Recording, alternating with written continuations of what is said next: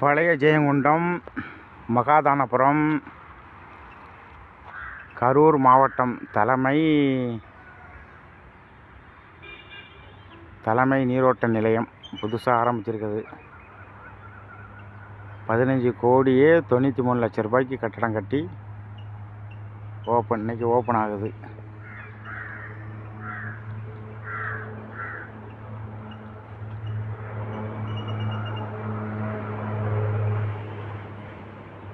இதை சுடுகாட்டில் கொண்டு கட்டியிருக்க வேண்டாம், வேறு ஆற்றுக்குள்ளே காவேரி ஆற்றுல கட்டியிருக்கலாம்.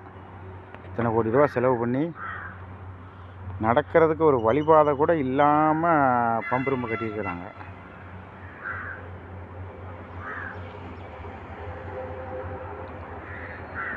நல்ல ஏரியா அதெல்லாம். யானை, சிறுத்தை, புலி இருந்தால் இன்னும் கூட நல்லாயிருக்கும்.